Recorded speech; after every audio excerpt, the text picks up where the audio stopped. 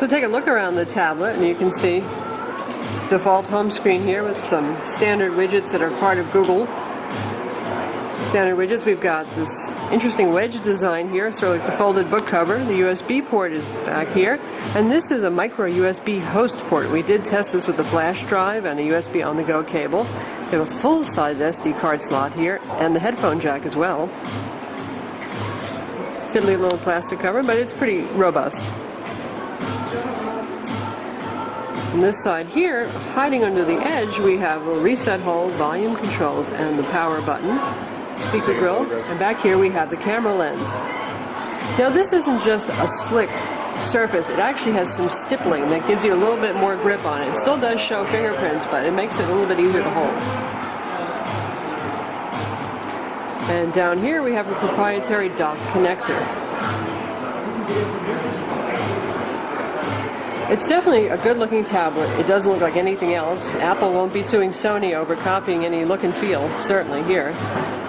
So it's certainly good looking and it's got a lovely design, but this is pretty darn thick right here, and that can be a bit of a detractor for folks who really like those super thin and light tablets like the Galaxy Tab 10.1 or the iPad 2.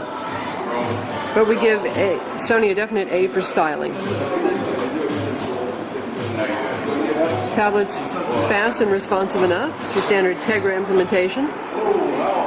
Take a look at the application screen here. They've customized it. You can see it's got a white background instead of the usual dark background. We've got these little underlines underneath each icon. You can also do an A to Z that looks like that.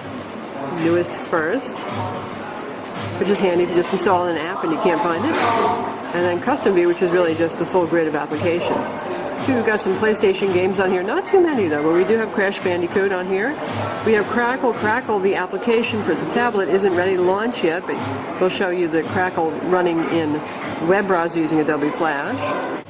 So we've got Chumby for Sony here, which is basically, it's like the Sony Dash desktop clock / media player kind of stuff running on this instead, which is a really great idea actually. We've got the universal IR remote on here to remote control. And we've got controls already set up for a media center PC and a TV. And if you tap on one, here's what the controls look like. That's pretty extensive, that's nice. I'm not sure if it really has a lot more than the Vizio, but it's a good set of controls there.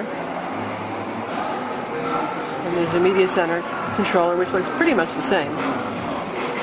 And if you want to create a new device, you hit register here. You can use Learning Remote to learn from another remote that you've got, or you can go the easy route. And we'll pick a different brand, not Sony.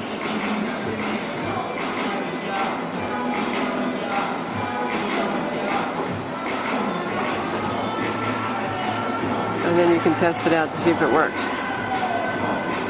So, pretty easy. When you finish the test, it's saved automatically. And there's the interesting touch controls here. Now we're going to test out that USB host. This is the Motorola Zoom, actually, a USB on-the-go cable and a flash drive we got connected. Stick it in there. Light is flashing. You can see it's getting power. And it says, aha, you've inserted USB storage. You want to go to the file transfer application. And we do that, and indeed, there is my content. And here's a 720p high-profile trailer. We're going to test that out. See how that plays. It's a pretty challenging video.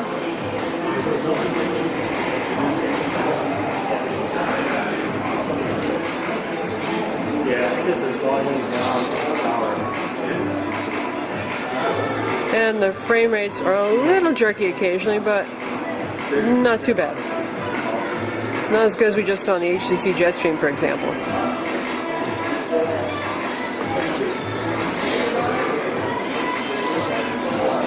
Sound is reasonably good out of the speakers. I know it's hard to hear because we have a lot of background music going on here. So that's 720p high-profile MPEG-4 video. And now we'll take a look at 1080p. This is 1080p standard profile. This is not high profile.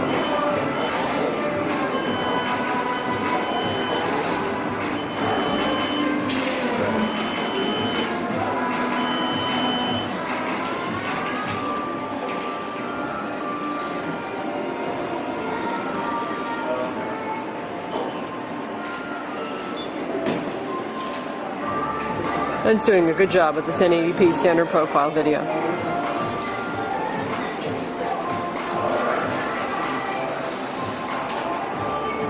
So here we are playing Crackle video. We're using the web browser and Adobe Flash because the Crackle application isn't ready yet for the Sony tablet.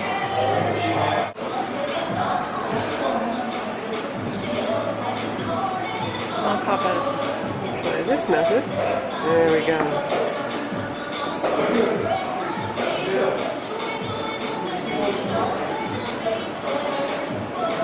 And now we've got Crackle playing in full screen over Wi-Fi on the Sony tablet. So you can see we've just run the quadrant benchmark here and its score is 1513. We just rebooted it, there's no apps running in the background. And that's not hugely impressive. We'd like to see more like 2,000 or so on this. But it's not terrible either. So you can see Sony's custom skin for the keyboard here. One thing I don't like, there's like no press and hold. Press here to get a colon versus a comma, that kind of thing. You actually have to switch ABCs and then back again. So now we're trying out Crash Bandicoot since this is a PlayStation certified device. There's not a lot of top titles on this yet, but Crash is certainly one of the most beloved. And you've got the virtual PlayStation controllers on the screen. You can see the square, triangle, X, and the D-pad buttons. There are no hardware buttons that are PlayStation centric on this. And there's the Bandicoot.